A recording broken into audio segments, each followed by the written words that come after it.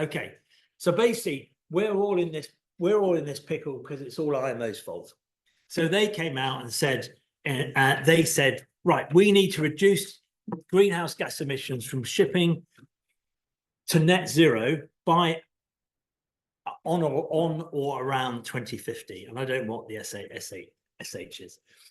That's probably something rude, Liam. I know what you were thinking. Oh shit. So basically, that's the goal they set themselves. That's the goal which has been set out. And actually, that is looking a more achievable goal. And indeed, the 2030 goal is to reduce emissions by 20%. But there's momentum in the market. Ships are being, vessels are being built. Amazingly, lots of in countries are adopting battery operated ferries, which reduces coastal emissions significantly. And it's great. It's really good that everybody is getting on board this, and the ball is moving faster than we had thought. Partly because of this, you know, we've seen rollout of very low sulfur fuel oil. It comes with problems. We're seeing rollout of LNG, which seems to be widely adopted, and that's great. We're seeing the rollout of methanol, and it will surprise you. It surprised me when I looked at the number of vessels there are. Ammonia is coming, hydrogen is coming. So people are jumping on board. Investments are being made. Significant capital investments are being made, which is all good. And that's actually what is in build now. This is based on some of the data is from my own research, articles, things like that. You know, DNV said 298 alternative fuel vessels were ordered in 2023 out of 1,281 new orders, which was an 8% increase on 2022. In Q1, 50% increase in orders compared to 2023 in the first quarter. The LNG fleet has doubled to over 1,052 operational vessels. Methanol is being seen as a strong alternative fuel. Indeed, there's more orders for methanol in more orders for methanol-powered vessels than LNG for the first time in 2023. That is fantastic. So for the train spotter, which I suppose I am a train spotter or a vessel spotter, these are the vessels which are out there now. Now, that's not my information. That's actually from the IMO. And the IMO have put together a fantastic microsite called Future Fuels. I think it's a bit early days, but they are getting updates, and they're getting updates from their stakeholders. And that is really fantastic. And if you look at it, the point is we are on a path for change, and that path is now unstoppable. And there are significant numbers of vessels in build, which means they're going to arrive or are starting to arrive in our ports now. Okay, so what we've now got to do is accept that that's happening, and we are where we are. And what we've now got to do is to collaborate together to work out how we deal with the implications of the risk which they present arriving in our harbours. In this country, there's a very, very slow rollout of infrastructure to support them, but the pace is beginning to increase. There are currently, and if someone tells me if I'm wrong in this, but as I understand it, there are no maritime facilities for methanol, ammonia, and hydrogen in the UK at the moment. In other words, you can bunker from the shore. It's all reliant on barges bunkering vessels. Methanol rollout is, I believe, going to happen in 2020, 2025, but probably Nick can advise me more on that. Possibly Liverpool, I understand.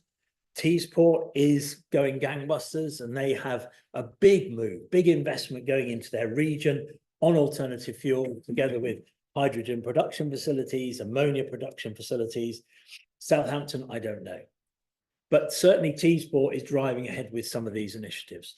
Ammonia, no facilities known of at the moment. So speak up. Air Products were a ammonia terminal in the north. In the north, yes, probably at Teesport.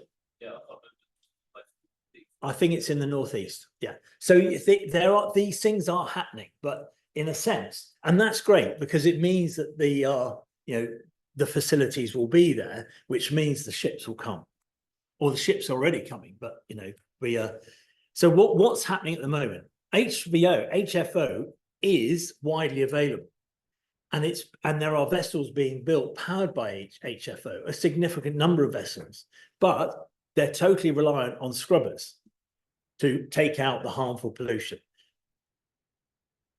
How are the scrubbers clean? They're clean with seawater, and the discharge is straight over the side. Now, quite a few states are onto that, and the Baltic is rejecting that. We've also got many of the Baltic states have rejected that. Norway has rejected that, and at the MEPC meeting recently, there is a drive to actually outlaw that, which means I suspect that that will probably be the end of HFO. Marine gas oil is widely available, and it's being used again with scrubbers, but scrubbers again are clean with seawater. So you will see HFO and gas oil phase out, and that will be replaced initially by very low sulfur fuel oil. Now that is generally available, and that availability will increase because the feedstocks for it, fundamentally the hydrocarbon with a bioelement in it, is available, and there are feedstocks to support that bioavailability. So that is going to be the fuel which replaces HFO and marine gas oil, and will be one of the transition fuels to where we go next. Now, talking to some of the fuel strategists, what will happen with very low sulfur fuel oil, which will be horror to every person in this room who's ever done a fuel spill, is that there will be to reduce the emissions further, it will be blended further with ethanol or methanol perhaps, or fatty acid methyl ester, because these feedstocks for that are available. And as I say, the percentage of non-hydrocarbon blend is likely to increase to above 15% by 2030. Now, frankly, we can't manage it for road transport with 8%. And when you have instance, the FAME splits from the hydrocarbon, and away we go. Now, methanol, on which many companies are investing their short-term future as far as their vessels is concerned, there are sufficient volumes now available in Rotterdam, Singapore, some United States ports, and in 125 ports worldwide. But before they can expand the availability of that further, we need to guarantee the feedstock. And that is why that's what's taking time. But remember what the methanol is. What we're using is sort of grey methanol. What we need to be doing is introduce green methanol, which is vital for us to meet the IMO decarbonisation goals. And you've seen the supply chain, which for the UK previously. And ammonia, it's available in small packages, but there are only a very small number of vessels using it. Hydrogen, it's available in small quantities. Effectively, where it's not going into agriculture, it could be going as a gas into vessels. And it's just because those supply chains for farming and industrial production exist with both ammonia and hydrogen, and they're just taking product out of that. So now we get into the nuts and bolts. That sort of sets the scenes. Does anybody have any comments on that? Would you agree it's generally accurate? I mean, I've only got 2 A-levels, whereas a lot of you have got, degrees and things. So I might be wrong, but do you fundamentally agree? Neil? Yes, so Neil, yes, fundamentally agree. I think just going back to the slide that you had in terms of the transition, one thing that really sort of showed us what was happening particularly around the UK, was vessels going NUC. Yeah. So we were starting to see issues with products. Yeah. This is going back for a number of years now. The other thing that we've seen also is this increase in the amount of biofuels being transported. So the feedstock, like the flame, but also some of the other products that are being used previously that are currently to generate the VRSFO, the ultra low sulfur fuel oils. Those products have been obviously transported and brought into Rotterdam or the nearby ports. The vessels come in, but they'll pull it at the next cargo, we'll do a tank wash. Yeah. And so the side effects, like there are indicators of something building. Which got to a point, pre-2000, 2020, where we were seeing products washing up onto the shorelines. So high persistent floaters. Which is the basic balance where they're pumping their tank So we're cleaning. seeing this, in terms of fame going up. Yes.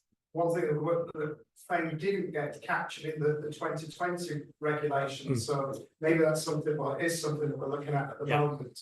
But seeing that that's going to be ramping up, we could see that potentially we'll get more fame watching it onto our shorelines. Unfortunately, I think we will.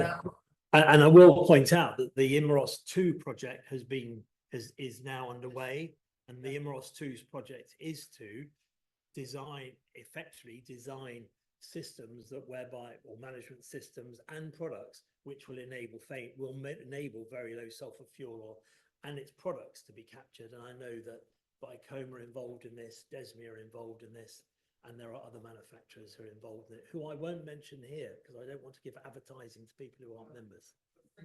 Because Franz is looking at me, he's got that stare. Okay. Projects like Imeros is demonstrating some of the products that are coming in have massive variability. And in fact, the massive problem with very low sulfur fuel oil, you could collect 20 samples from 20 vessels in Southampton who've got it on board, and there will be issues with different pour point, different viscosity, different density. It's just such a variable mix, and when dealing with spills from transport very low sulfur fuel oil, you saw this evident every time you attended one of those spills.